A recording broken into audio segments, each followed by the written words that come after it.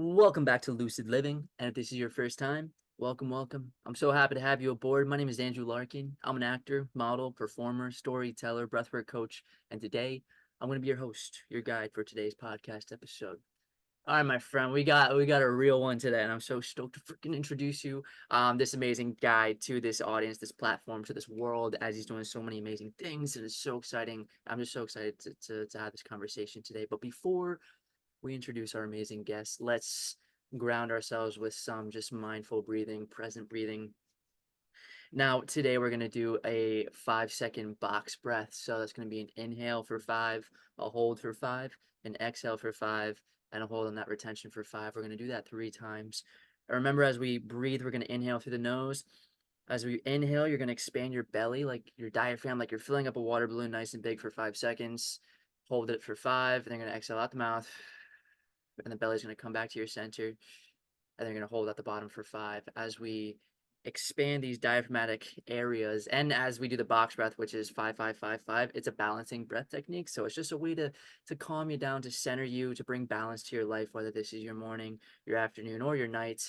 It just always feels good after we do it. So if you feel inclined, no matter where you are, this is a pretty safe breathing exercise. Sometimes we do the parasympathetic breathing, but this you can really do anywhere, just bringing presence of mind to the breath, to the body. Yeah, let's dive into it. All right, you can follow along with my counting and make sure to stay present this moment. So we're gonna inhale through the nose in 3, in 2, in 1. Big inhale through the nose. 2, 3, 4, 5. Hold it. 2, 3, 4, 5. Exhale out the mouth. 2, 3, 4, 5. Hold it. 2, 3, 4, 5. Inhale through the nose. Big belly. 2, 3, 4, 5. Hold it. 2, 3, 4, 5. Exhale out the mouth. 4, 3, 2, 1. Hold it. 4, 3, 2, 1. Last one. Inhale through the nose. 2, 3, 4, 5. Hold it. 2, 3, 4, 5. Exhale out the mouth. 4, 3, 2, 1. Hold it. 4, 3, 2, 1. Now you can return to your natural breathing patterns. If you feel inclined, take a sip of water. Now, ladies and gentlemen, boys and girls, humans of all ages, today we have an actor, a dog, a dad, a creative, a world traveler, a tree hugger, and an author of Mastering Emotional Intelligence in Just 30 Days. It's my boy Marquis Evans. What's going on, brother? What's happening, my guy? What's happening? Glad to be here. Dude, life, man. For those of you who don't know, Marquise and I met on the set of a little commercial that was pretty cool. Um, for Tender Fix by this little guy called Noah Schnapp, and that was just really cool. I was just my call time was I got there way too early for when I was actually shooting, but it was cool because I was able to meet and chat with everyone. And you were one of the principal roles, and we were just chatting and talking, and then connecting, and then vibing, and then we you reached out to me not too long after saying like, dude, let's like create something, and we like collabed and wrote and then acted in a scene which I used in my demo reel, which was just anytime you're working with someone and collaborating and telling a story and just doing what we love, it's freaking awesome. So that was amazing. And then finding out that you wrote this book called, you know, Mastering Emotional Intelligence in 30 Days, for those of you who have been following me, that's like, I love this stuff. So I'm just so excited to have this conversation with you, bro. It's gonna be amazing. Yeah, absolutely. I'm like I said, glad to be here. Definitely love when you get into this thing, it's like you want to keep in touch with the people who you feel like you can really connect with, the people who you can see you building something with. And Mm, it's hard to do that. Everybody kind of has their own thing. It's like, all right, like we had a nice little moment here doing this set, and then like you never hear from these people. And I definitely try to excel at keeping those relationships, because you mm, never know what happens. So yeah, definitely grateful to continue to be supported by you and to have you help me out, I help you out, and it just continue to grow from there. it's beautiful, man. It's Yeah. beautiful. So to start off, just let the audience know where are you geographically in the world right now, and also just how are you feeling in this particular season of life? Yeah, so currently I am in Pennsylvania, Harrisburg to be specific, for those who know. It's the capital of PA. Mhm. And currently feeling, I will say, I'm humble, I'm grateful. This year it's August, mid-August, and I've done a lot, I've seen a lot, I've learned a lot. Um, I think every day is a new day to build, to get better, to grow, to find new opportunities, and I even the bad days are good days. You know what I mean? It's just Mhm. accepting that life is going to happen. You can't change it. You can't force it. It is what it is. You know what I mean? So like I said, I'm Mhm. definitely grateful and humble to this Yeah. day. He's doing the work, ladies. I can already feel it. I can already feel it. I love it, dude. All right, now we're gonna dive into the past. So I always find as I connect with people and always I'm like terrible at surface level conversations, and I always find I like to get to the root of it, and I always find it starts with childhood, as you just allow people to kind of share their stories and really unveil kind of who they are and what kind of has made them all the conditioning and experiences that made them who they are today, but then also like the intentionality to start really creating the life that you desire. And I'd love to hear if you are willing to put in your own words, what was the story of Marquis, starting from beginning. I mean, I know you've done the work on emotional intelligence. We learn so much from our parents, from our environment, from our surroundings, and then we kind of take that with us, and then we have to actively seek to put our intention to build new skills, new habits, all the kind of things. So, what was life like growing up for you? And then, like, kind of the steps and the progressions that led you into the creative space, the emotional intelligence space that led you to where you are today. hmm So, I was one of those quiet kids. I kept to myself. I didn't really like playing with others. Not so much because I didn't like to, but I didn't know how to, right? I was different. I didn't know how to express that. And a lot of that came from not understanding why I didn't fit in the way all the other kids were fitting in. Mhm. And it took a lot of just accepting that, I like to put on costumes 365 days of the year.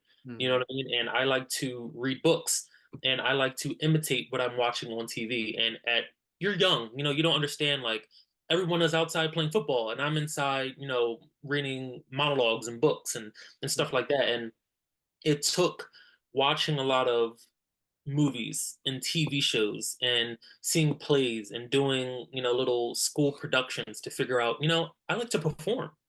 That's all it is. Like, I'm not different. I just have a passion that not a lot of other kids in my area have, and that's okay. Mhm. And so, from thankfully, I had supportive parents. They were more than willing to get me into the classes. They were more than willing to keep me focused on the not knowing, the not understanding, oh well, I thought I did a great job. Why didn't I get this role? And it's hard for a little kid, right? But they kept me grounded. And my mom was my biggest supporter. She still is to this day. And I cannot thank her enough because I feel like her pushing me and keeping me like, I know I keep saying focused, but it's more than that. It's as a son and having your mom be there every step of the way, even when there might be times where she doubted, or there might be times where she's like, yeah, like, I understand you love this, but did you ever think about doing something else? But she was never like that. It's, this is what you want, this is what we're going to do, and I'm going to make sure you stay on top of what you need to do. And I think that really kept me structured and organized. So just going through life, going through school, I was always the one going to church. Hey, like, you have any productions? I love to be in it. Going through school, anytime there was a production, a small play, going to the mall to do something, I was always the person to volunteer for it. And then it kind of got to a point where I was like, I really could do this for a living. Like, I definitely could see myself being in movies and TV shows and whatever. So from there, so I actually started out on Explore Talent. I don't know if you know or heard of that. Yes. Yeah. Yeah, so I started on there, and from there I got my very first. Um, it was a show called The American Way. I think that's what it was called, The American Way, and it was a little playhouse in Laurel, Maryland. And I think I had like two lines. It was two lines. I was 15 or 16 at the time, and like my world just changed. I was like, oh my god, like this is amazing. This is the best thing ever, right? Like I got to finally put on costumes and would be with other people putting on costumes, and I got to perform in this little stage in front of like 30 people, and it was amazing. It was the best thing ever, and that really showed me that other people do this for a passion, for a living, and people will come to watch. It's not just something that you have to go to the movies to see and pay $20 for a ticket. It's something that people will literally come and support you, even if they don't know you, right? Just because they also like it. Mhm. And from there, like I said, it was a lot of studying, it was a lot of taking classes, learning, talking to other actors, and building a community of people who I knew would support me, even Mhm. on the worst days, even when I felt like I was putting as much effort as I could, but not hearing anything. It Mhm. was them, keep going, keep going, keep going, keep going, right, and just driving that into me. So it's where we are today. I still hold true to all of those experiences. Mhm. Absolutely. Did you go to a school, a conservatory for performance or film or? Yeah, so I auditioned for it's the American Academy of Dramatic Arts. It's not AMDA. A lot of people get AMDA and AADA confused. I Mhm. performed for AADA. Funny story, I got accepted. Okay. I got a full ride scholarship. Only thing I had to pay for was the housing. The housing was, I think it was like 14,000 a month or something crazy. Like it was a lot of money for my age. Like I didn't have it, and they weren't going to provide any scholarships or anything for it. So I ended up not going. Okay. I took some time away. I did more theater. I got a coach, and I told my coach about what happened. She said, "You didn't want it." She said, "You did not want to go to that school." And I said, "What are you talking about? Like, I worked my butt off. You know what I mean? Like, I worked my butt off, like, literally." She's like, "You didn't want it. Because if you wanted it, you would have found a way to make the housing work." And when she said that, it kind of took me a little while to say, you're right. Like, I didn't want it. Like, I didn't want it bad enough because I would have made it work. And I'm kind of glad I didn't go because once you keep doing this, you realize you don't need to go to school for it. Mhm. Like you don't need a degree to act. Not saying you don't need training, you need training, but Mhm. you don't have to go to a 4 year, 3 year, 2 year school to learn how to act. You hire a coach, you take classes on your own down. You know what I mean? Like there are other ways and methods. So I'm so glad that I had the opportunity to audition, but I didn't go. Yeah, that's awesome, dude. And so it sounds like you started pretty young. Was there a moment, was it like I'm not really feeling all these other things, and then there was just this one class where you had to take, or you were able to choose to take this class as an elective, or it was like an extracurricular thing where you're like, oh, I want to try this, and then it just like it hit, or was it like a movie or like a play that you saw? What was like the entry point to be like, oh, this is I like this. So I took acting theater classes. I took theater classes in high school all throughout my freshman to senior, and I knew I loved it already. I didn't get to take it as much when I was in middle school, just because middle schools don't usually offer it, or at Mhm. least the middle school I went to.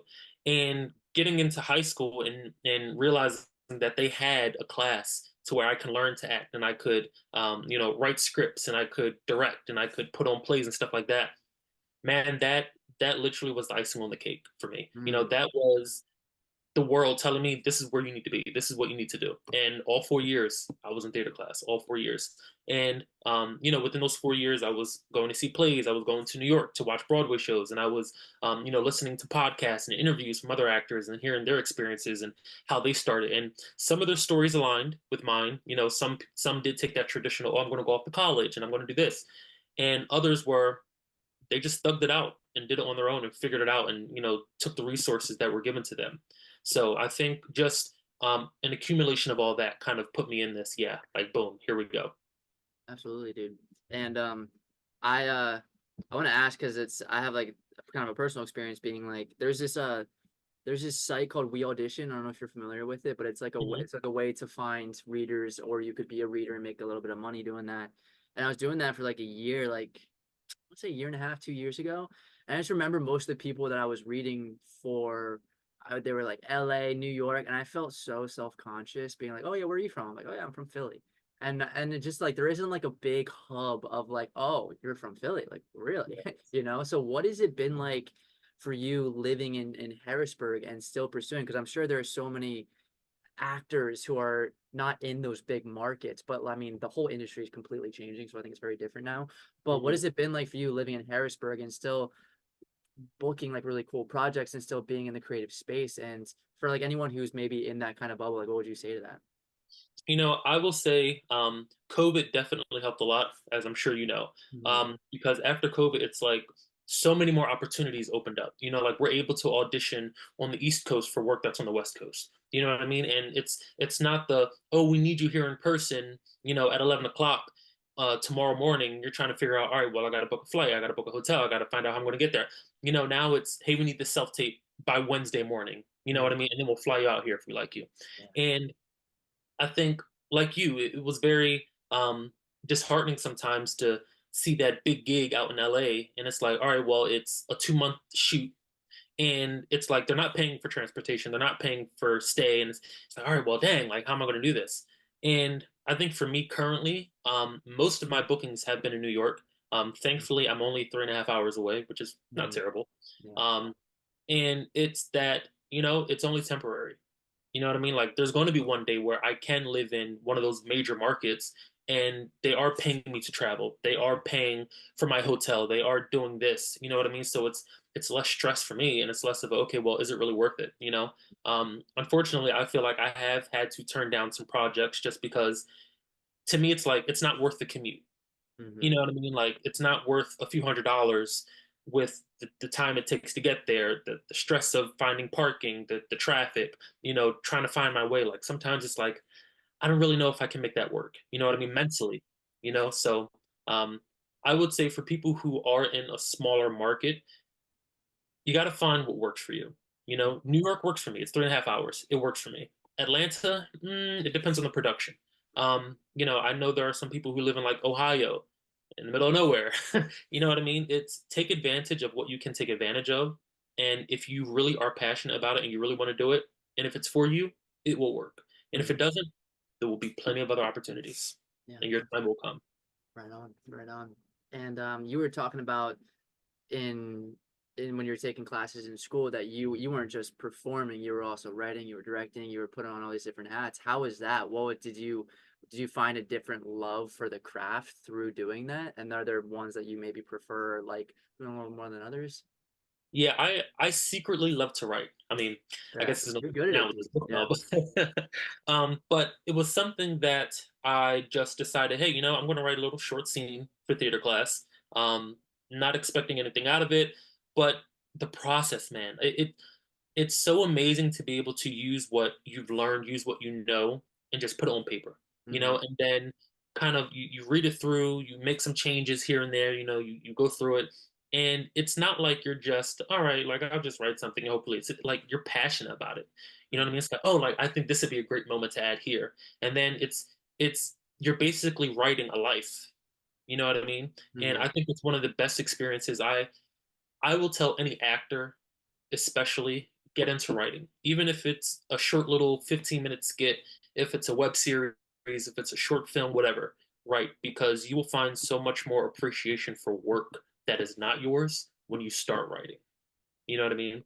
And same thing with directing. You know what I mean? It's like you're finally being able to put puzzles together and see how it all plays out. You know, Hmm. I think if I had to choose, it would be acting, directing, writing in that order. Hmm. If I'm tired of acting, I would go into directing, and then if I'm tired of directing, I would, dabble into writing, and then just kind of go back from there. But I think those three are probably my passion suits. Yeah. And then are you more of like, do you lean more towards film or theater? Or are you with that? I'll always have a heart for theater, man. Always Yeah. have a heart, but film is my baby. Yeah. Film is my baby. Yeah, I love film. I love it, bro. I Yeah. love it. All right, now I want to talk about some of the other things that we talked about are on here. Was also you're a world traveler, dude. I just want to, because I have a deep passion and love and desire to travel more. From the little Mhm. that I've done, it's just opened a different part of myself, and it builds empathy, which we'll talk about, with the book. And I want to hear like your experiences with travel. What does travel mean to you? Where have you been? Like, what? Tell me, just give me everything. So, funny enough, fun fact, I used to be a cop. I don't know if I told you that. Oh, I think you did, dude. I Yeah, forget, but yeah. yeah, I used to be a cop in Baltimore. I was a cop for 6 years, Hmm. and that's actually when I started traveling. I had the money for it. I was being paid pretty well, and I was living on my own. Just me and my dog. And first place I went to was Canada. I went to Montreal, Canada. Very first trip I ever taken on my own. And that definitely changed my perception of everything. It's one thing to travel within the US, it's another thing to travel outside of the US. They do things differently. They speak differently. They eat differently. They wear their clothes differently. Their laws are different. Their buildings are, I mean, just the philosophy, the mindset, it's just different. Mhm. And I'm so glad I decided that was going to be my first trip because it made me want to continue to go outside of the country and not just the Orlando and the Vegas, the LA, the typical stuff. Mhm. I've been to Aruba, I've been to Jamaica, I've been to Thailand, I've been to China. I've been so many places that people can only dream of going, Mhm. but that's all they're doing is dreaming because they're either scared or they're not used to change or they don't want to deal with a different environment. They don't want to deal with the language. And to me, it's like, why not? The more you can travel and see how other people are doing things in other worlds, the more you can bring to your life. I think one of the reasons I think the way I think is because I'm not just, oh, I'm in the US and my name is Marquis Evans and I was born this way, so that's how I'm going to live my life. It's like, no, like there's more to that. Mhm. There's so much more to that. The foods, one of my places I do want to travel to is India. I love Indian food. Mhm. I understand it's not the same there as it is here because there's little differences. But like I love their food and I love their culture and I love how they are just so family oriented. You know what I mean? And they're always striving to just do a little better with less. You know what I Mhm. mean? And here I just feel like we're all entitled to something, right? And we're not guaranteed anything, but we're entitled to it. So it's a different mindset. It definitely is a different mindset. And I love to travel. I love to just go out and learn as much as I can and bring it back and use it in my acting, and just use it to teach other people. Yeah, So that's such a great point because you have to, as an actor, like we're empathy machines, we have to put mhm. ourselves in the shoes of others, and without actually like really experiencing what that entirely different world is, which is it's a different reality. Like you live Yeah, in the US, like some people don't leave like the state, like they've lived in the same state their whole lives, and you're almost in an echo chamber in a little bubble. And I find when you go out and you see the world and you find that their truth is different from your truth and their right is different from your right, like it's just it shatters every belief that you kind of have in some ways, and it can completely shift your perspective. So were there any moments or experiences that you felt through traveling where you looked at something differently, or your perspective on an idea or belief or something just completely changed from seeing other people do something just radically different in the way that they live and kind of move throughout the world? It's kind of I will say, um, I think so. When I went to France for my 22nd birthday, mm, and I did all the things. I saw the Eiffel Tower, I saw the Mona Lisa, I did everything. And what I noticed about Europeans specifically is that one, they don't like Americans. They do not like Americans. And but their mentality is so much different because to them they enjoy the little things, right? I mean, they live in one of the most beautiful cities in the world, right? It's the mhm, lights, it's the architecture, it's the cars, it's the city of love. It's so much going on, but they still appreciate the little things. You can go walk outside to a park and there's all these trees and the flowers are blooming and the birds are chirping but what are people doing? Right? They're on their phone. And it's like there are no phones. Nobody's out walking on the cobblestone. They're interacting with each other. They're, admiring the architecture. They're going into these, little small corner, I don't want to call them corner stores, but they're like little huts, I guess, if you will. And, they're taking pictures of it, not to post on social media, but because it's beautiful. You know what I mean? And it's for them to appreciate. And I feel like that's something we really lack here because everything is, oh, I have to be prompt and primp and I have to put on this facade that I'm living this life for social media for likes and views and for clout. But they don't care about that stuff. They're not mm, worrying about the brands and the driving the $1 million cars. They're just appreciative of life and mm, everything that they have in this moment. So I think that was a huge culture shock for me. yeah, that's beautiful, man. That's beautiful. Yeah. Now talking about parks and appreciation for nature. You said that you're a tree hugger. Was that something that you've always just been connected to with nature, or was that something you developed and gained an appreciation for as you've gotten older, or was it always there? Definitely gained it when I was younger. When I was a kid, I had this huge, I don't know if it's a phobia or a dislike for grass. I did not want to be put in grass. My mom, she would always tell me, she would be carrying me. We would get to a park and she'd try to put me down in the grass and I would just cling onto her for dear life. Like Hmm. I did not like grass. And going to the beach, didn't like the beach, didn't like the water. And I think, I don't know, maybe it was just the more I started to go out, maybe I was kind of forced into liking it. But Hmm. it's something about being one with nature, like just, and I'm not afraid to admit this, I talk to trees. I do, not I do afraid to too, admit it. bro. I do too. Yeah.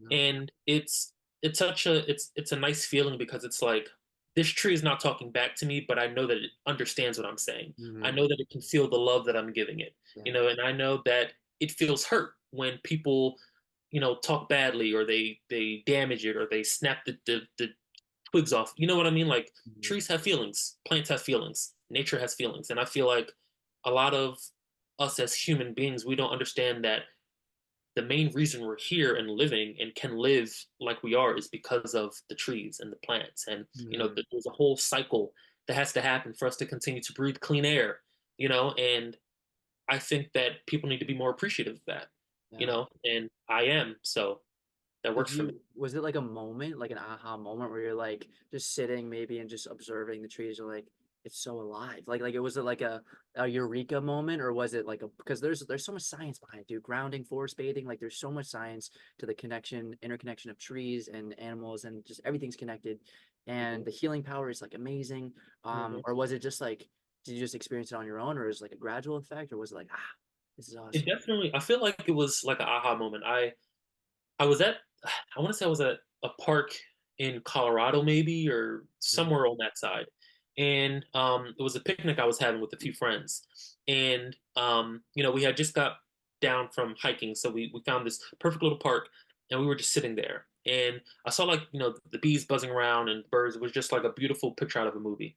And I looked at this tree and I mean, it wasn't anything special. It was like just a little tree, a few leaves, nothing crazy.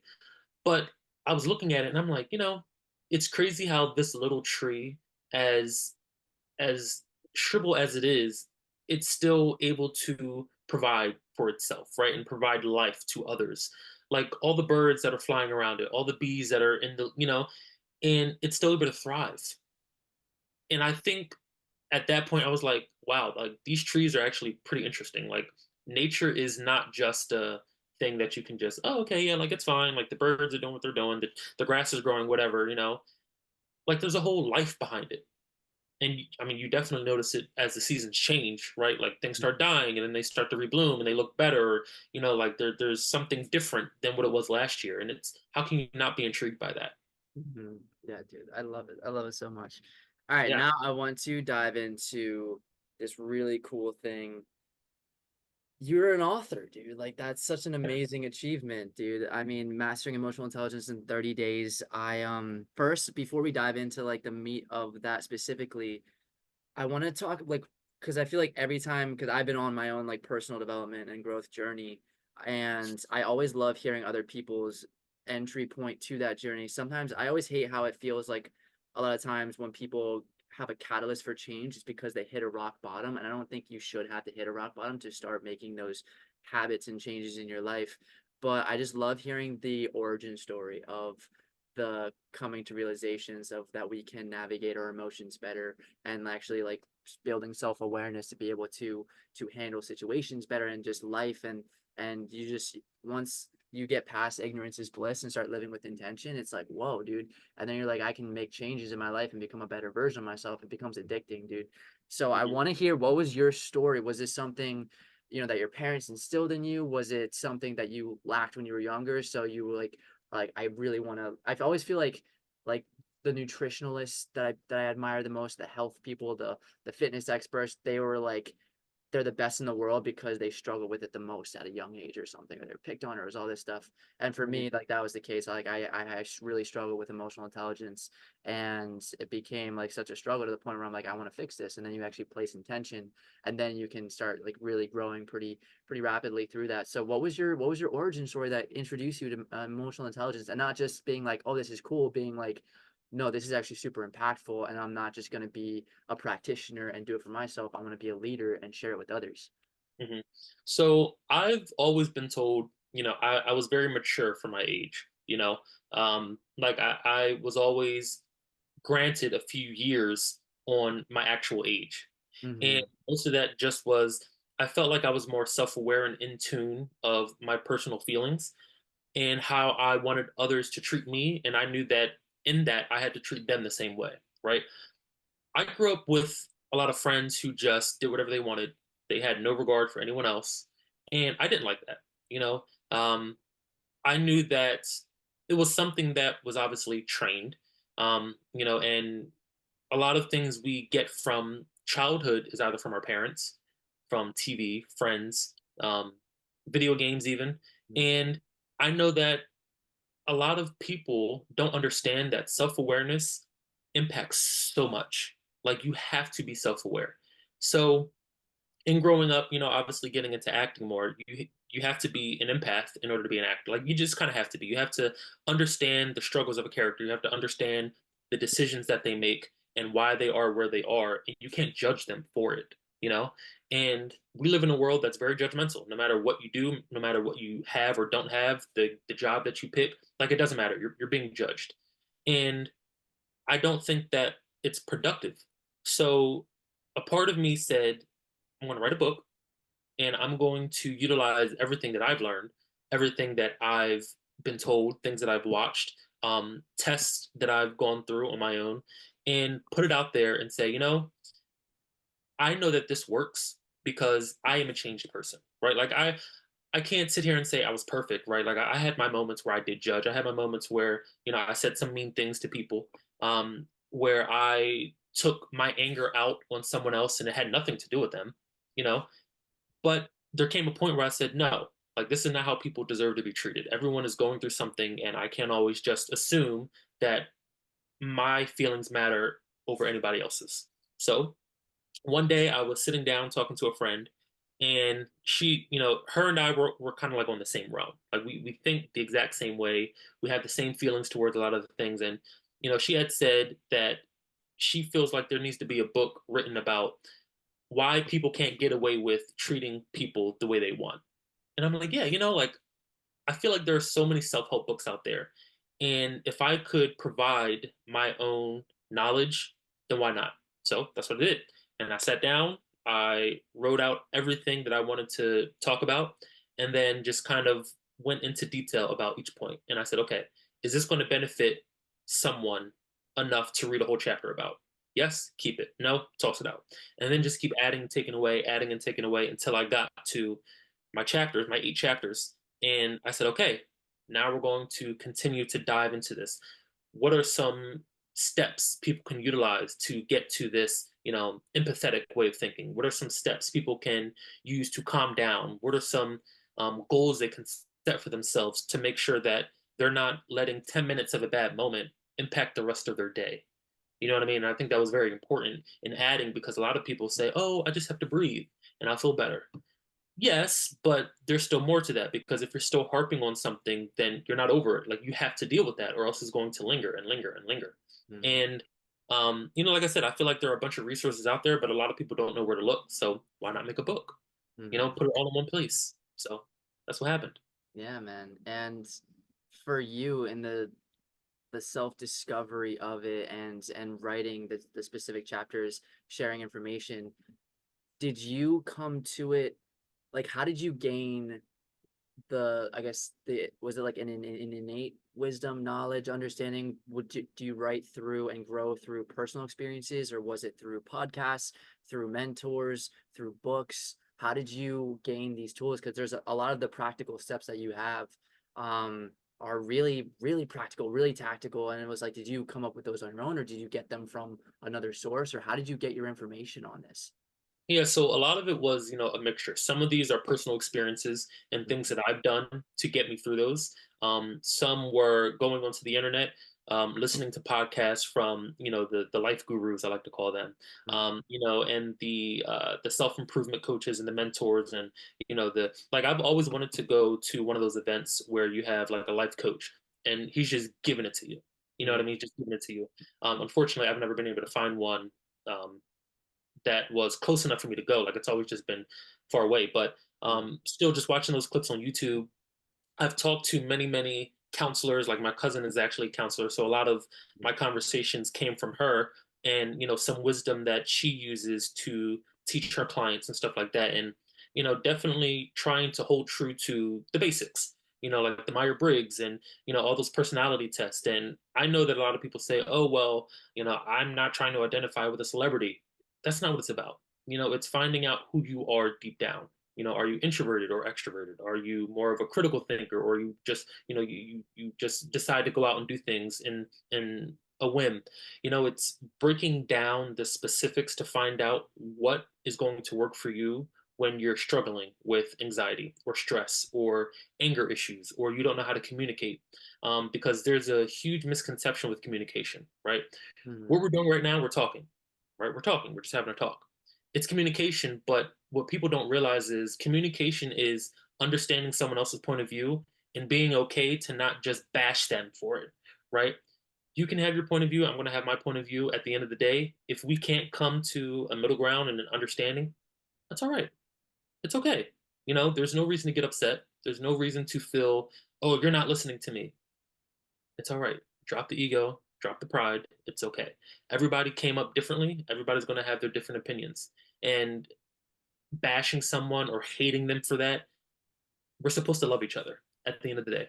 We're all here on this earth together at this time. Love each other. Learn from them, if anything. And, like I said, I just feel like there's a huge misconception with communication and what it really means to communicate with someone productively. Yeah. Yeah, and I think you touched on. I think I want to talk about the ego a little bit because it's so fascinating. I think specifically with politics and just the way you see a lot of friends, family, just people in the world, they move, you're having a conversation, and it seems to be less about coming to truth and me being right and you being wrong. And that's a lot of ego. And I Hmm. think that can fuel so much conflict, which makes great drama in film and writing, but it doesn't make, which is like when I started my kind of personal journey, I had an emotional intelligence coach and we went down and kind of broke down all of our stories and narratives. And a lot of our stories, a lot of my stories came from Hollywood, dude. What it means to be a man, what it means to what is sex, what is religion, what is politics, all these things. And it was I realized that, drama itself, it needs conflict. And Hmm. every drama, they are the worst communicators, bro. The worst. Yes. Like it Yeah. is the worst model to actually to model after. And we take it in subconsciously, which is why as a creative, I mean it's gonna be challenging to try to tell stories that are, inspiring and teach communication in the right way without but because you need that drama a little bit, but can we tell that drama, create that conflict, but also showcase positive communication as well to kind of point people in the right direction. So it's a bunch Exactly. of little things, but I want to talk about ego, dude. Like, especially also I hear about McConaughey, and I agree with this, is that I like went through an ego death journey where it was like all spirit, no ego. And then I realized that wasn't really serving me because you see, there's a reason why we have an ego.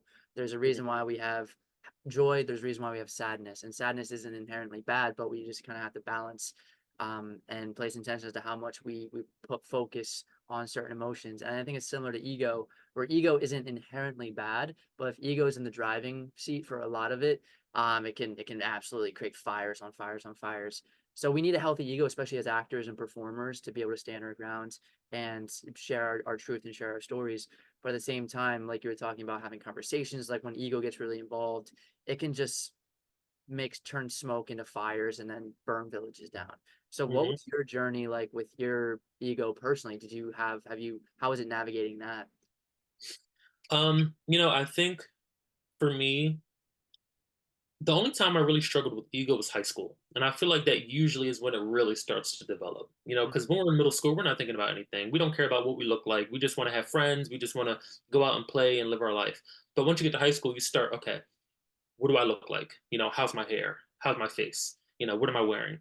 And mhm, we're trying to impress people. And the more people we impress and the more people we get approval from, our ego just starts to build and mhm, build and build. Because now we have that confidence. And confidence does come with ego. It does. They're hand mhm, in hand.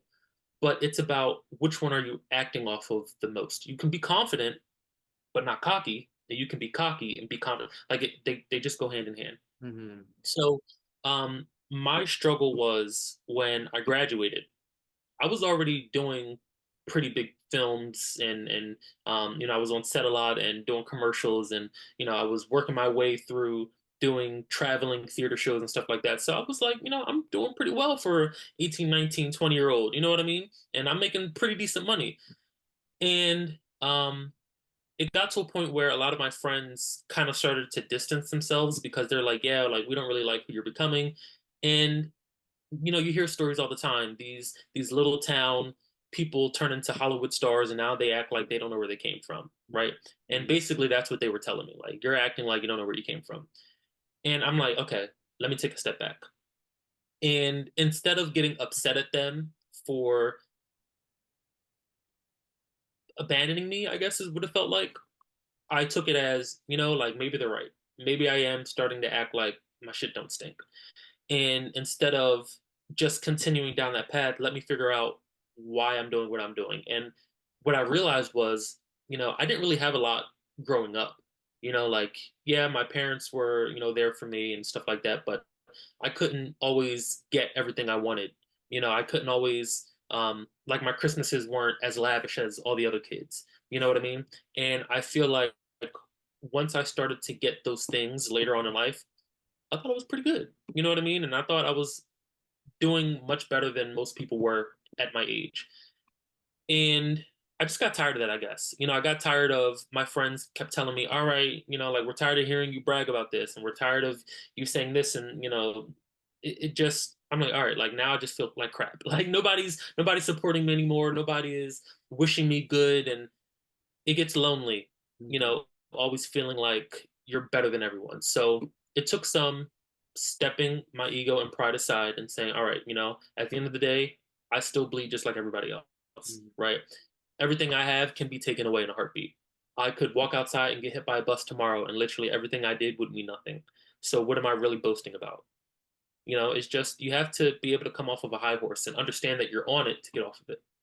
So I think that journey for me definitely put me in this mindset of where I am today. Everybody's the same. I don't care how much money you have, the designer clothes you wear, the house you live in. You're going to die. You're going to be buried in the same exact spot as the next person. yeah, You know what I mean?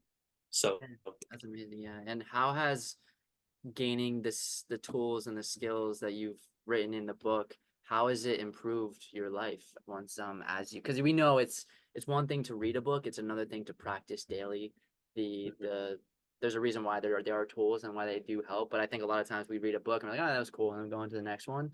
But to break old habits, to build new ones, it takes consistency, persistence, doing things when we don't really want to do it. But once you do that consistently for months and then years, and then it starts becoming so ingrained and so habitual where we're not even thinking about doing it and there's no resistance there, we start seeing a lot of changes in our lives. So what were some changes once you started practicing these tools that you talk about in the book that you saw happen in your life? I realized that I argued less. Mm, One of my personality traits, I'm a debater. I love to debate. You know, mm-hmm, doesn't mean I'm going to debate everything. Some things are just not worth my time. It's not worth it. But I love to debate. And one of the things I realized is the more you debate, the less you're learning. mm, Because sometimes when you debate, all you're doing is just talking your point. That's all you're doing. But you have to understand that in, like I said, this communication thing, you have to be taking what's given to you as well.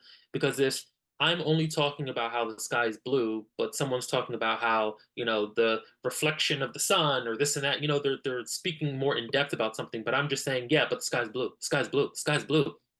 All right, then the sky's blue, and that's it. Like I'm not learning anything. mm-hmm, And one of the things I really, really, really took from just learning all of this emotional intelligence is you have to be okay with understanding not everything is going to be how you see it. Not everything is going to be how you believe it to be, right? And in that journey, it's going to be a lot of shutting up. There's going to be a lot of wearing the pants and being the bigger person, taking the high road, you know, and you have to be okay with that. You have to really just strip yourself, like I said, from that ego and just say, this person is so wrong. They are so loud and wrong. But instead of entertaining them and going back and forth, I'm just going to say, okay, you know what? That is your opinion.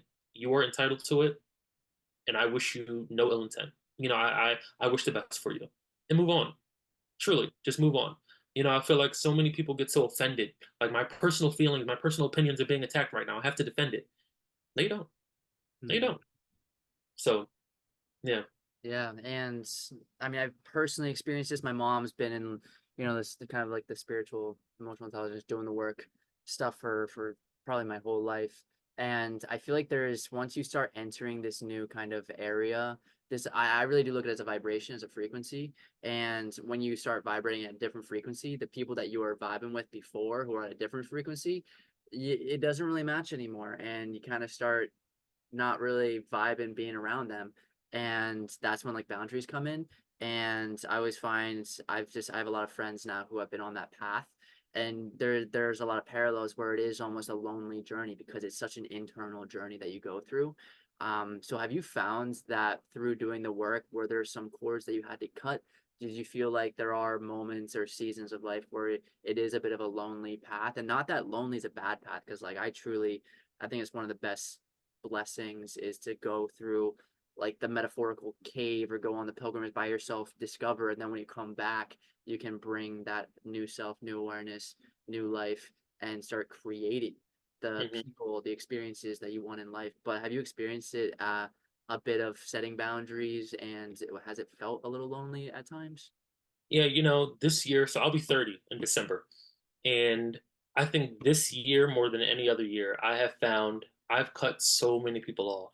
Mm, And not because like of malice or anything. It's just like you said, like we're just not on the same frequency anymore. There are people who are still acting like they're in high school. And what I mean by that, the way they're living their life, the way they're treating other people. They don't want to better themselves, no matter how many times people tell them. And I don't want to surround myself with that kind of energy anymore. And I don't even call it negativity. There was a point where I said, "Oh, this is just negativity. I don't want to be surrounded by negativity." It's not negativity, it's energy, and you feed off of what you're around. And I'm trying to better myself in so many ways, financially, spiritually, mentally, emotionally, physically. And in order to continue down this hard journey, you have to cut ties with people who are not wanting the same thing. Doesn't mean you can't be friends with them. Doesn't mean you can't still be cordial, check in, because at the end of the day, you still had some sort of relationship with them, but you're choosing to limit the amount of time and energy you give that person because you don't want to reciprocate or you don't want to get what they're giving, mm, right? So I think in this journey to 30, it definitely showed me the things that I want. I have to surround myself with those things. So if it's reading more financial books, listening to more self-help podcasts, going to events where people are talking about, mindset, because mindset is everything. Mindset will get you to accomplish the worst of things, the toughest of things, and to continue to allow people to surround me who are still stuck in the past and stuck in their old ways and don't want change. It's not for me anymore. And I'm okay with that. And sometimes it is lonely because it's like, yeah, like I remember like going out all the time and going to clubs and drinking and doing this and doing that, and I'm like, I don't want to do that anymore. mm. Like I don't want to be that person anymore, and I'm okay with that. So if that means I have to be lonely for a little bit until I find those group of people who are on the same spectrum, then so be it. But I have this life to live, and I'm the only one who will be able to live my life. So I'm going to choose how I want to live it. Like attracts like, man. They're coming. They're coming. Yeah. All right, now I want to talk about the book a bit. And specifically, I always find in my journey, it always started with self-awareness. I think for for everything. And I think that's how you start the journey through self-awareness. You've already talked about that. And I know that was one of the first chapters in the book. So for anyone listening to this who's very new to this emotional intelligence world, what are some ways to build self-awareness? So I want to try to make this short and concise. So to build self-awareness, okay, the first thing you need to do is understand that your opinions, your ideations, your feelings do matter. They do matter, okay? But you also have to understand that other people aren't going to share those same feelings and those same opinions, all right? And that's okay. Understand that you grew up the way you grew up, and that is your life. The person next to you grew up the way they grew up, and that's their life. And in that life, they've gone through so many hardships. They've gone through breakups, heartbreak, betrayals. They've gone through people backstabbing them. They've gone through people stealing from them, using them, abusing them. They've gone through so much of their life, and it's what shaped who they are today. Okay? Your normal might not be their normal, and that's all right. Take a second. I take a second every day in the morning, and I say to myself, I'm grateful for a new day. I'm grateful for the things I do have and the things I don't have. I'm grateful for every experience that I come across, good or bad, and I'm grateful for every single person that I meet and have a conversation with. That is what I say every single morning because to me, that's going to build this sense of I'm not the only person in this world, and not everybody's going to think or act like me. And I have to be okay with that. And instead of using that and shaming them, I'm going to use that and say, thank you for sharing your story. And this allows me to see people differently because every person has their own story, and the more stories you can hear, the more you can see others in a different way. Mhm. And I think that is probably one of the biggest ways that you can build self awareness. Absolutely. Um, so you have, I mean, there's so again, this is so amazing because sometimes you read a book and it's a lot of like words, it's a lot of jargon, it's a lot of talk, but it's not very practical and it's hard to like I'm reading this, I'm like, all right, this is cool. I'm like building new neurons, I'm taking things in, but what can I do today to better myself for tomorrow? And that's where like the tools, the practices come in, and you have so many. I mean, you have the 5 4 3 2 1. I was like, when I read that, I was like, dude, I've never heard of that before. Like, what was it? Mhm. Seeing five things, touching four things, hearing three, or smelling two, tasting one. Like, Based on I was like, that was freaking. That's so beautiful to just bring you back to the present moment. So Mhm. that you have gratitude, the personality test, journaling, breathing, meditating, Tai Chi. Which also, do you do Tai Chi? I don't. No, I tried it. Can't do it. I don't have the Really? discipline for it. I don't have the discipline for it. Wow. There was actually I did Tai Chi for like 2 or 3 months, and I did karate when I was in like first grade, and Okay. it's Yeah. so like concise and stiff and like tight and like very very like I don't even know how to explain it, but I just there's something really tight and constrained about it for some reason. Maybe I wasn't doing it right. But then Hmm. Tai Chi was like a dance, dude. It was like Yeah. it was really cool because I was after I had been doing breathwork stuff and the physicality of it. It was really challenging because it's like you're breathing, you're moving slowly, and it's Mhm. it's like Dance Dance Revolution where you're on hard and it's actually like kind of easy because you're going 100 miles an hour, and then you go from Literally. hard to easy, and it's like, well, this is really hard because I'm like struggling. you gotta slow down and Hmm. find balance in that. But I loved how you talked about Tai Chi in the book. So out of, I mean, that's scratching the surface on all the tools, but which ones do you maybe ones that you started off with, or which ones like what's your bag? Like it could be all of them, or is there just like a few specific ones that you do every day or that you love that really because I mean you have all these different ones for so many people and they Hmm. might jive with this, not with this, and that's fine. That's great. Find what works for you because your routine is different, your personality is different. So, which of those tools that you talked about in the book do you utilize the most and that you really gravitate towards today? So meditation is definitely number one. Mhm. I meditate every single day.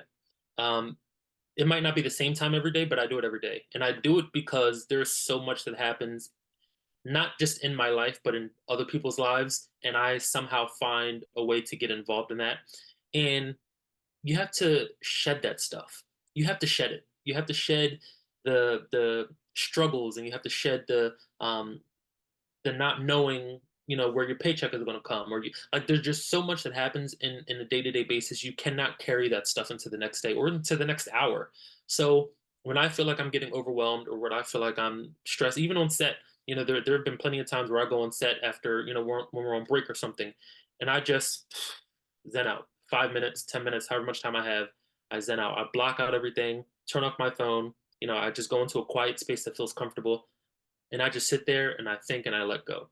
And then I thank God for giving me this time. And I thank God for the opportunity to be able to become whole again. That's one of the biggest reasons I have to meditate, because I feel like I'm breaking. People are taking little bits and pieces, and I have to become whole again to feel like myself. Mm-hmm. After that is journaling. Journaling is so important, and I try to stress this so much in the book. I think I mentioned it at least 150 times. Because it's so important. It is so important, and I think a lot of people don't understand that when you write things down, you let it go. And you can read back. Like I started journaling. I want to say I started journaling my sophomore year of high school, and a lot of it was because of my health class that I took. And we were learning about how to deal with stress and anxiety and this and what that means. And the biggest thing she said was, when you journal, in a few years later, you can go back and read and see your growth, you know, and you can just see, okay, I was having a bad day. And everyone was just getting on my nerves, or I just didn't feel the best about myself, or I was dealing with this hardship or whatever. And you learn that that's how you dealt with it back then, but how you're dealing with it now, like, you've come such a long way. You know what I mean? But it's just that art of letting go. And I Mm-hmm. feel like so many people in this world struggle with just letting go. Like, don't hold grudges, you know, don't think about the mistake that you made yesterday.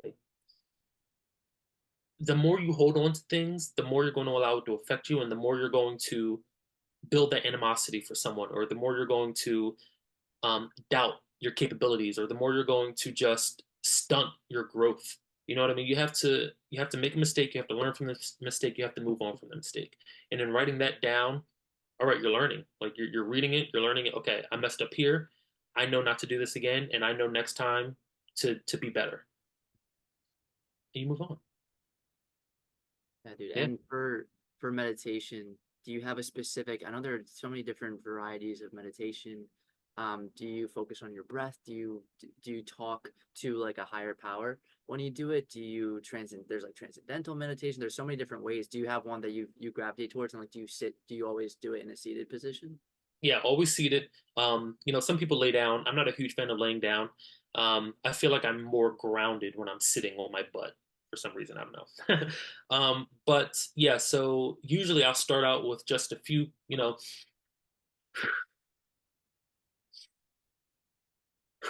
and that's just to clear out whatever's coming in, right? Just clearing it out. All right, we got that part out. And then I start talking. And it's to myself. It's not out loud. It's just, so I can hear it, so I can internalize it. And I say, all right, what's frustrating me right now? Why am I feeling the way I'm feeling? Why am I in this headspace? Okay. What can we do to fix it? Is this something that's really bothering me, or is it just temporary? And I just, because some of the problem could be something that I dealt with that morning. Mm-hmm. Like, I could have woke up late, my dog was just all over the place, like I jammed my finger in the door, and now I'm still pissed off about all that stuff. And I'm like, it was 6 hours ago, but I'm still upset about it.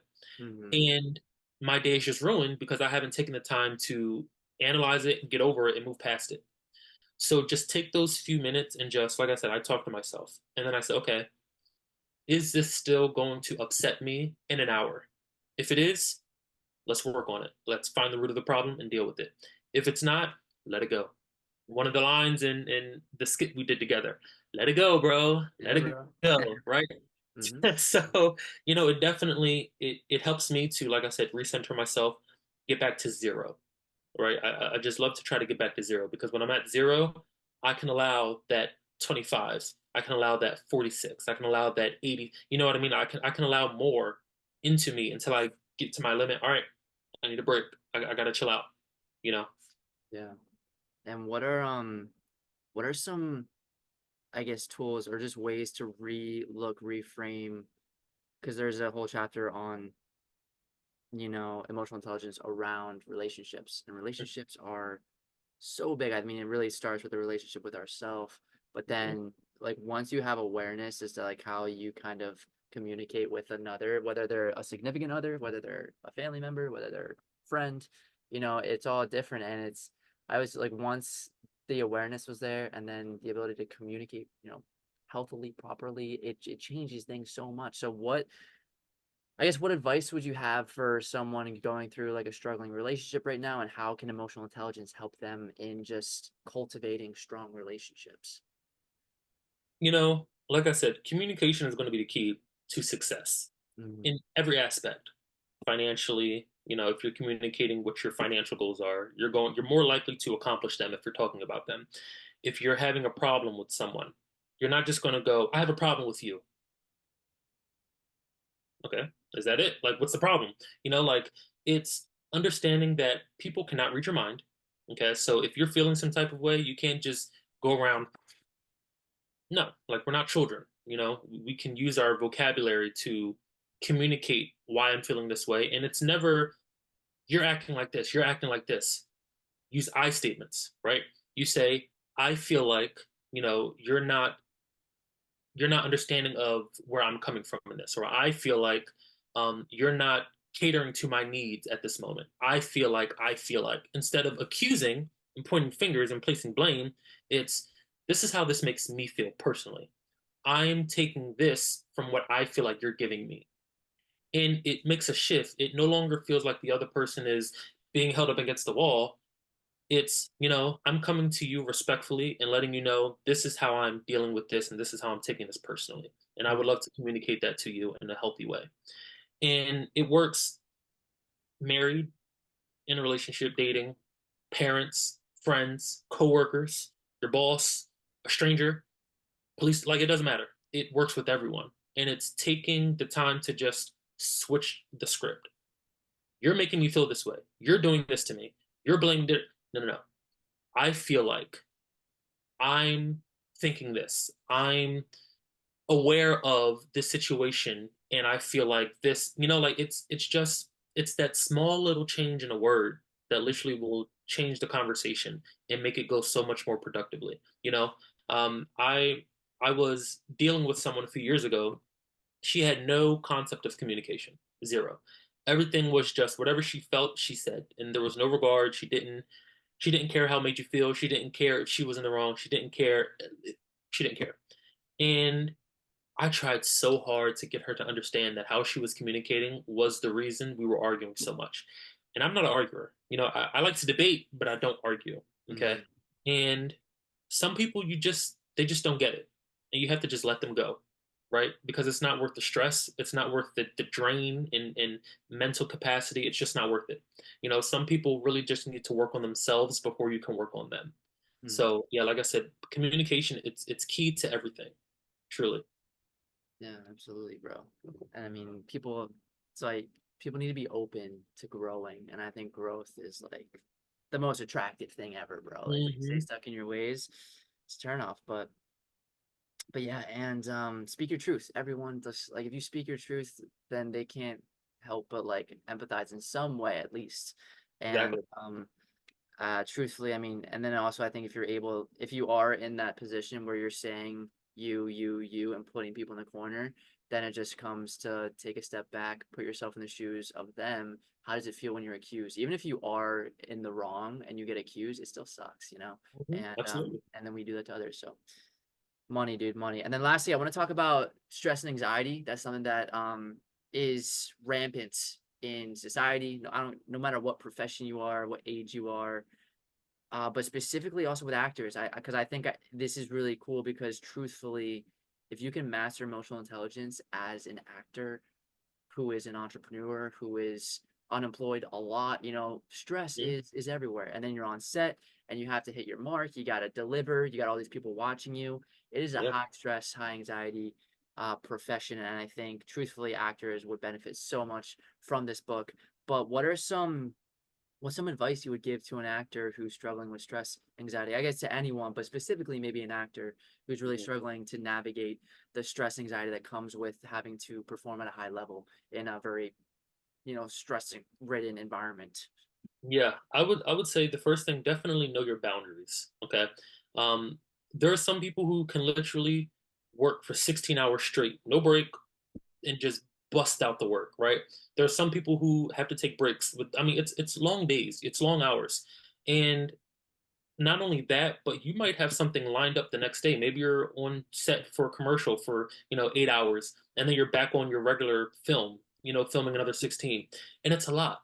And you have to understand that you cannot keep going, going, going, going, going. Like you're going to break, like your body needs to rest. You need to rest in order to be mentally present, physically present, spiritually present. And in knowing yourself, it's building the self awareness, right? And it's building that sense of, okay, I know that I cannot continue to push myself past the limits because now you're taking it out on the crew.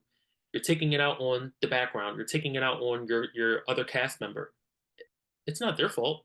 You signed up for this without understanding your boundaries. You know what I mean? Mm. And actors get taken advantage of. They do. And you have to be able to come to a decision and say, all right, there's got to be a point where I stick up for myself, where I say no, where I communicate my feelings and what my limits are. And that's okay, because at the end of the day, if the director wants you, they're going to work with you. Okay. Even if you need that, hey, after 5 hours of shooting, I just need 30 minutes or 45 or whatever it is. As long as it doesn't really interfere with production, they will give it to you. Or maybe you just need, a day to get back because you've had so much going on outside of set. We're human. We have a job to do at the end of the day with being on set and being an actor, but we're also human, and we cannot neglect our personal needs.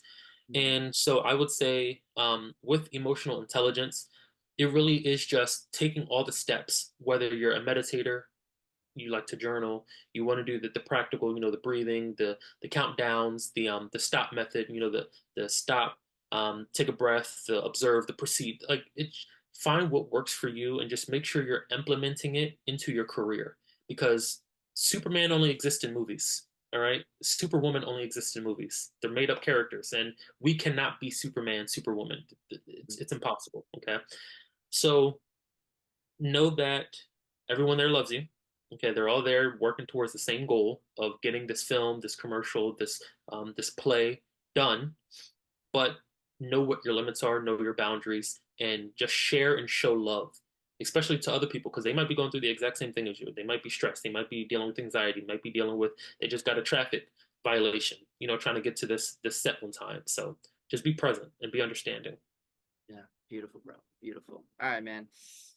That was awesome. I'm so excited for the freaking world to read this book. And I'm sure, dude, this is like the start of something new, man. I mean, you're gonna take this book. I'm reading a book right now called Creative Visualization. I think it was wrote in like the 70s.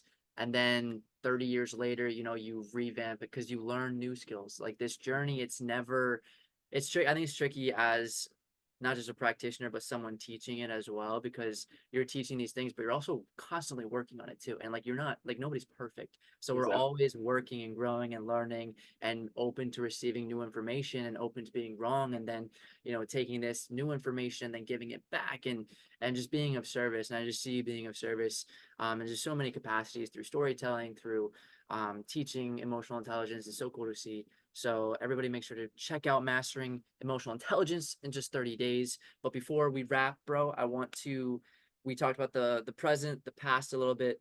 Now just like a vision of the future. I always find sometimes asking about goals and dreams and ambitions is kind of weird and uncomfortable because it's I think it's safer, especially as actors, to do it in silence and then let the Mm. work speak for itself. But if you had a vision board or a mood board or like a 5 month plan, 1 year plan, 5 year plan, 10 year plan, or yeah, just a mood like a vision, like a mood board, like just feelings. Like if there's anything that you want to share of kind of what you're wanting to attract in your life in the future, what does that future look or feel like? Definitely financial freedom, I Mm. think is my biggest thing right now. Um, I am actively trying to manifest. I'm trying to manifest being cast in a psychological thriller, be it a TV series or a film. That is where my dream is right now. I would love to be a lead in a psychological thriller of some capacity, and then um, location wise, I'm actually planning on getting out of Pennsylvania at the end of this year. It's looking like either New York or Houston. Mm, Um, and either one of those are great for me. I would say New York. That's usually where I book the most. hmm But open to new opportunities. Yeah. That's awesome, bro. Dude, we're manifesting it. We're manifesting it. We're freaking Yes. manifesting it. It's happening, dude. Like truly, dude, the creative visualization, like, is so comprehensive because it's for anyone who's like afraid of the energetic world and the energetic body and thinking that it's not real.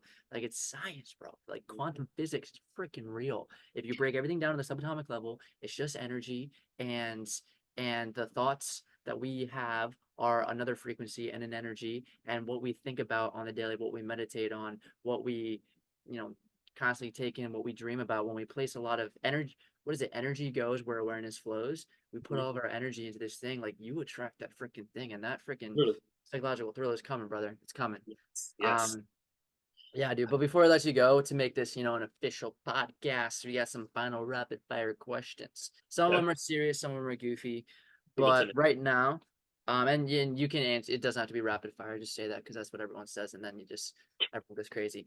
But what would you say right now brings you the most joy?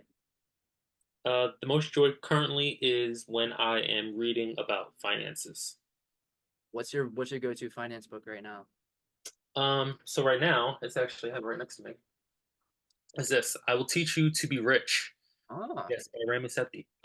This book it's a masterpiece. It's not just a gimmicky. I know the title sounds gimmicky, but it's got a mm-hmm. lot of great resources, a lot of great. It's like baby steps. Like the Dave Ramsey's Baby Steps, right? This book it's intuitive. It's guiding. It's a process. It's helpful. It's straight to the point. It's direct. It's everything someone needs to get off their butt and go out and learn to be financially successful. That's huge. That's huge. That's huge. All right. Now, what are your at this moment top four values? Top core values. Um, Always integrity, self healing, um, being supportive to those who also don't support you, and just loving life, loving people, loving the earth, loving being who you are, loving things you don't have, just being loving in every aspect of the word, just being loving. Yes. All right. Now, what is a creator, performer, anyone of influence that you could either aspire to or someone that you've looked up to over the years that's in the creative space? I have a huge career crush on Jessica Chastain. Mm. I look up to her so, oh my gosh, like if I could just sit down with her for 5 minutes, Mm-hmm. that literally would just be my life complete. She's amazing. Mm. Amazing. Yeah, I look dude. up to her so much.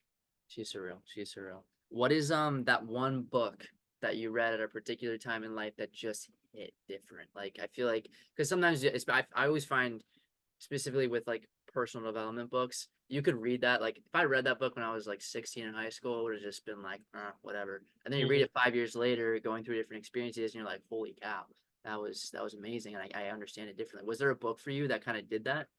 There was a book I read in high school actually. I forget the title, but it was basically about this girl who she grew up in poverty and everyone told her she was never going to amount to anything.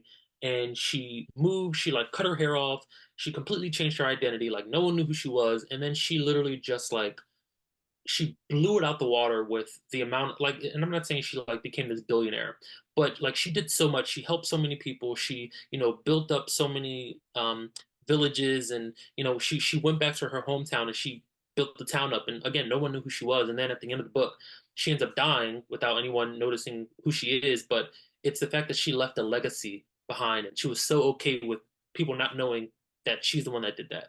And I was Mm. like, wow, like that is so powerful.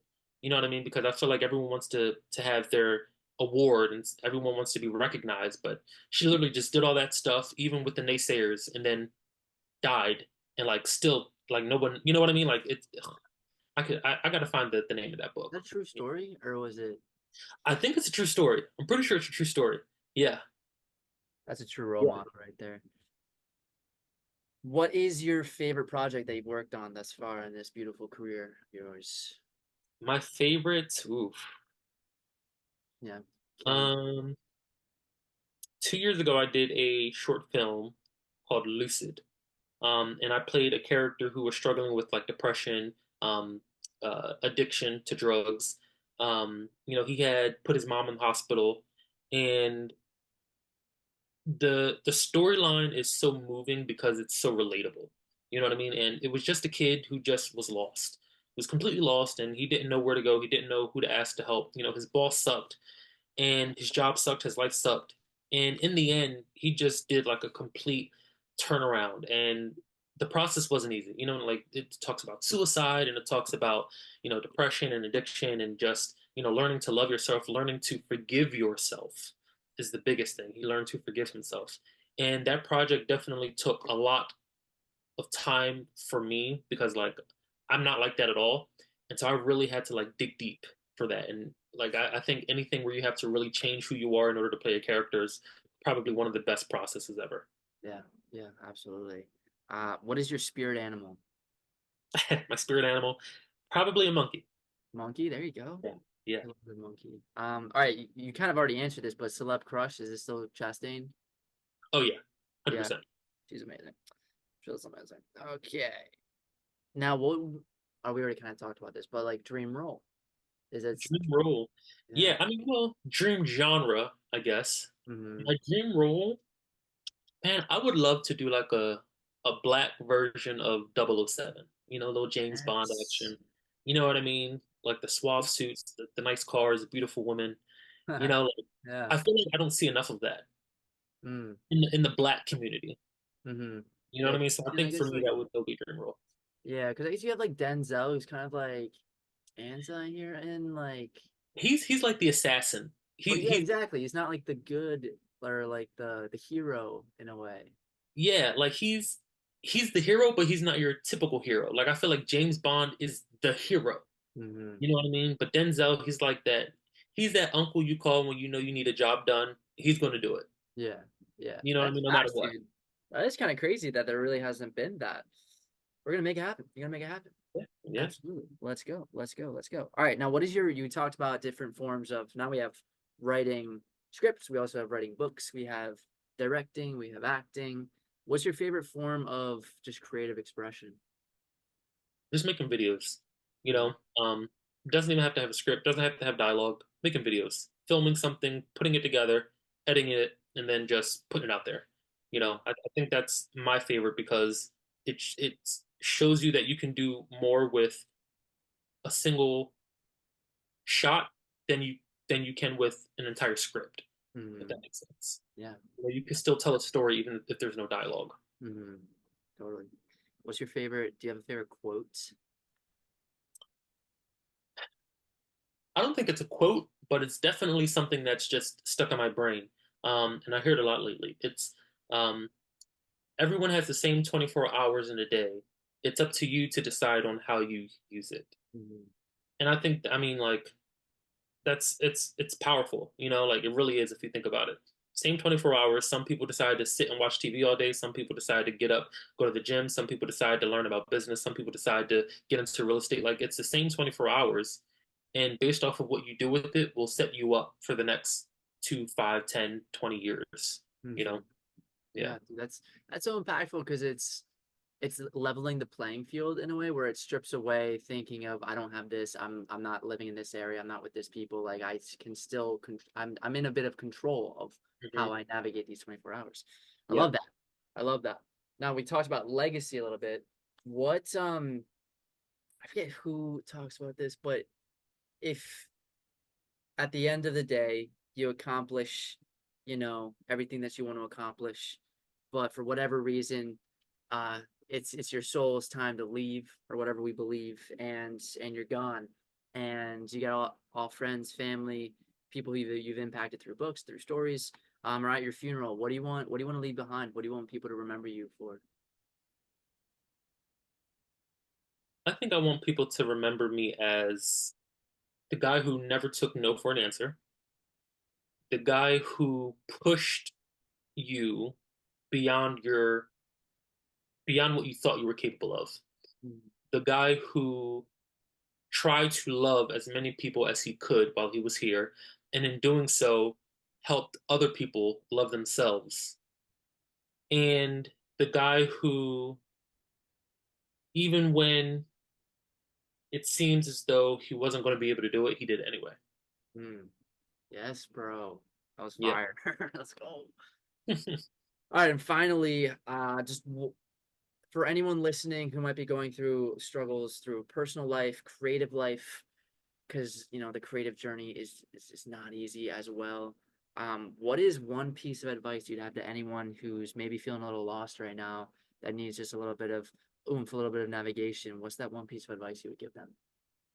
One piece of advice, depending on why you're feeling lost, remember that nothing comes easy and you're never going to get the outcome if you quit.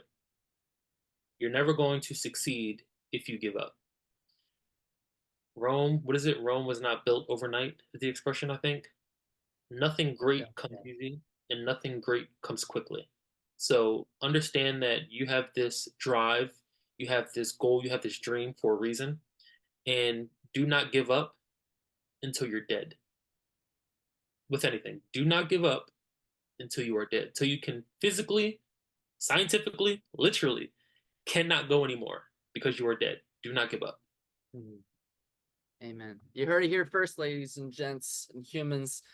My brother, dude, it's been such an honor. Thank you, dude, for being on here. Yeah, All the wisdom, fun. always learning. It's really cool being around people who are not just in the creative space, but also in the personal growth space, which I feel like is becoming more and more prevalent and more has more just awareness around because I feel like just a lot of people are struggling with mental health and it's now not just like vulnerabilities becoming pretty cool, and it's awesome, dude, just having you and seeing what you're doing with this creative journey. And I'm gonna see you on that stage, dude, on that screen in that Yeah. psychological thriller, just freaking being a I'm stoked, dude. It's gonna be really cool to see and track you in this journey. But before I let you go, where let the audience know where can we find you, where can we support you, how can we get a copy of Mastering Emotional Intelligence in just 30 days? Let us know. Yeah, so the copy is officially published on Amazon. You just go into Amazon, a little search bar, just type in Mastering Emotional Intelligence in just 30 days, your guide to adaptability, positive relationships, and lifelong success. You'll see it. It's going to look different than all the other Mastering Emotional Intelligence books out there. It's got like a coral blue kind of color on the cover of the book. And are you on socials or anything like that? Yeah, I am on Instagram. The username is QUISY16, Kisi16. That is my Instagram. Not too much on anything else. So if you need to reach out or anything, definitely hit me up there on Awesome, Instagram. brother. My dude, enjoy the rest of your summer. Happy 30th whenever that time comes, dude, and good luck with the move. There's gonna be a lot of change, bro. I guess that's another thing we could have talked about. Change. It's a beautiful thing, but I feel like there's a lot of change happening in the world Mhm, at this always, time. So, always. Yeah, appreciate you. Thanks for having me on. It was a good time. of course, man, of course.